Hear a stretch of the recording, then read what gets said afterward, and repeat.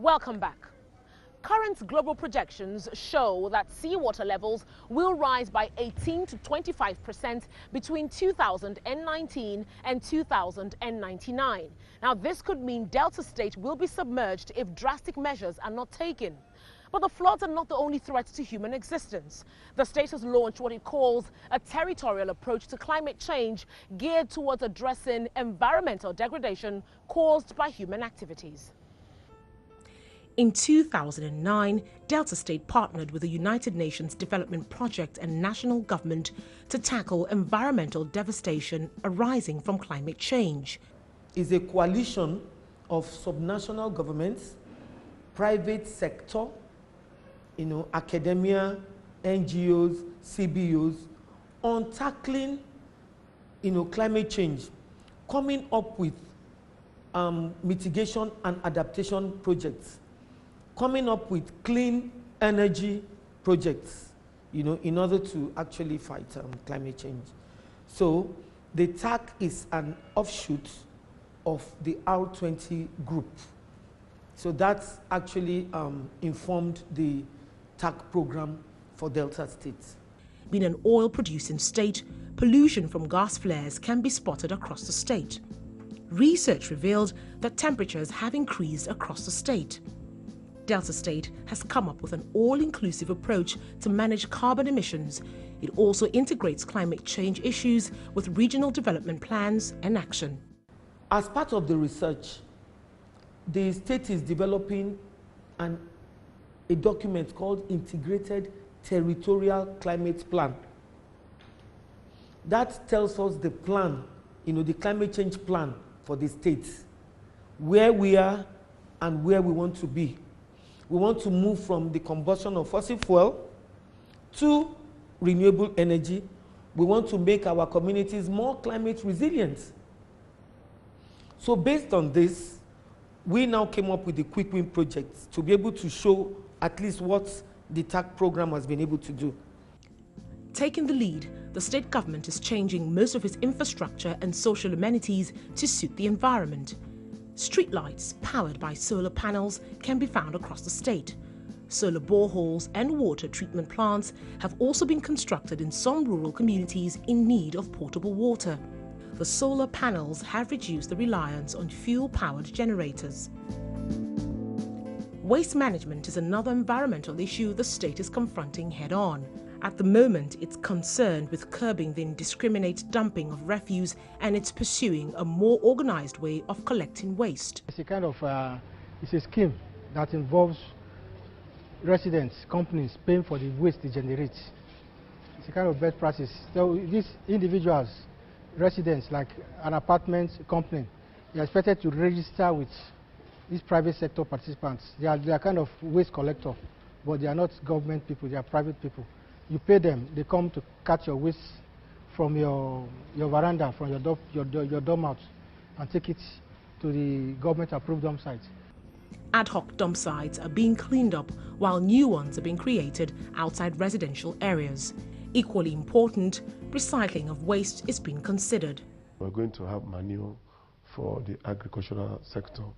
We're going to have the bottles for those who want to use for their waters and all that.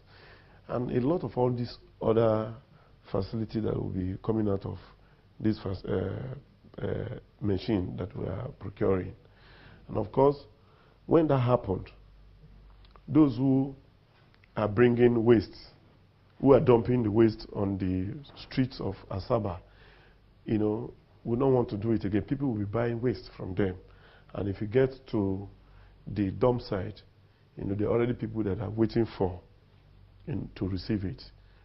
An integrated waste management facility is to be constructed on this site. With incinerators currently manufactured in Nigeria, workers will be employed here to separate waste and recycle for use. While the state has embarked on a laudable cause of planting trees and growing its forest reserves, its efforts at protecting its environment is threatened by its people's overdependence on firewood as a source of energy for cooking. The cost of kerosene has gone up, gas gone up, so the alternative is wood.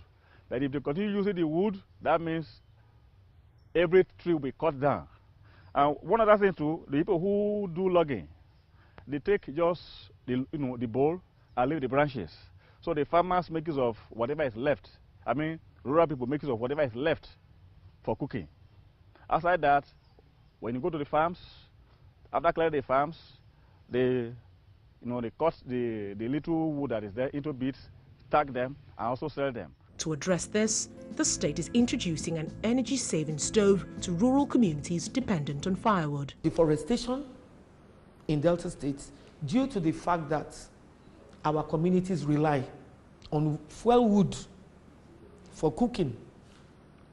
So what we're doing now is to train the communities with raw materials from the localities on establishment of eco-stoves using clay and kaolin, materials that are found in the communities. So that is ongoing. That's an ongoing project. That is being done in Emwo-Rogu in Uyeli North local government area.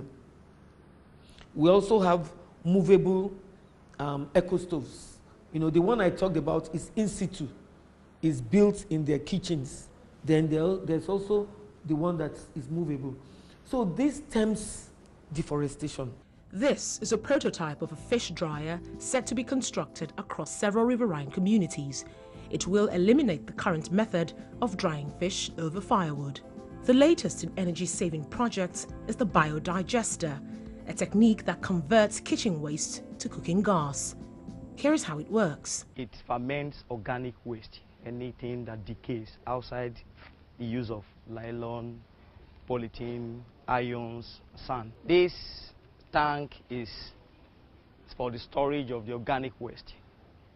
It's used to prepare the organic waste for the digester. The essence of raising the height is to avoid the use of pumping machine, that is machines that uses electricity, in order to reduce the use of fossil fuel. Then the piping system, we are going to introduce what we call gate valve here. The gate valve is for you to open it, and from the storage tank it flows through the pipe to this fixed input chamber. This input chamber is calculated. The digester is a particular volume of waste introduced per day. It feels like human. You don't overfeed the bacteria. Once it's filled up, you turn off the valve. Then what you do is open up this valve. It will now flow through the principle of gravity into the digester. You are now ready to introduce it into the digester. The digester is airtight. You open. It will run through the principle of gravity into the digester. Then you lock. That is for the day. So this digester can produce a gas per day of 3 meter cube. That is 3,000 liters.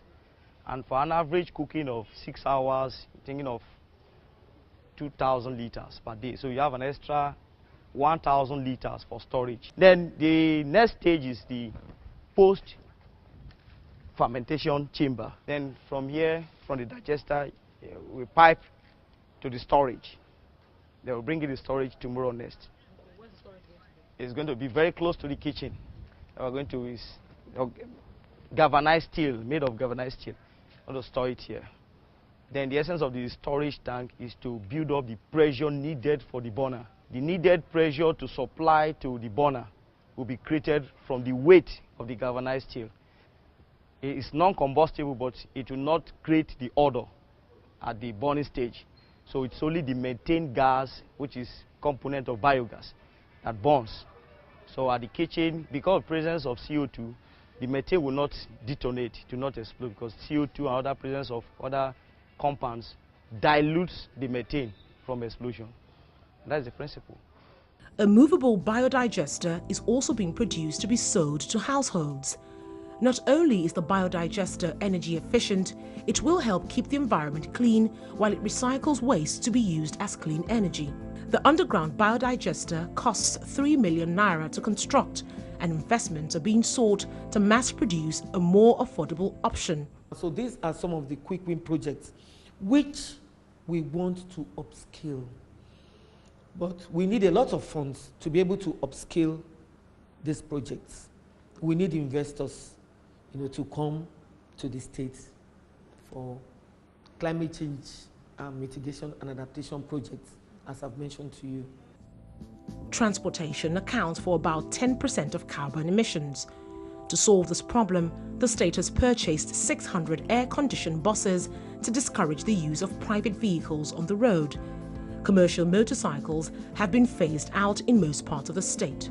To entrench the importance of a green economy, the state's Ministry of Environment is carrying out its message to the younger generation. It has established the Delta Schools Climate Club to build what it calls change agents in the community. We are coming up with a climate change policy, regulating most of these projects, regulating new projects. We have to start shifting from fossil fuel combustion to using solar, to using wind energy. So we are already shifting from the black economy to the green economy. It's a gradual process. We need a lot of sensitization. We need a lot of funds, but it's doable and it's already being done in Delta State.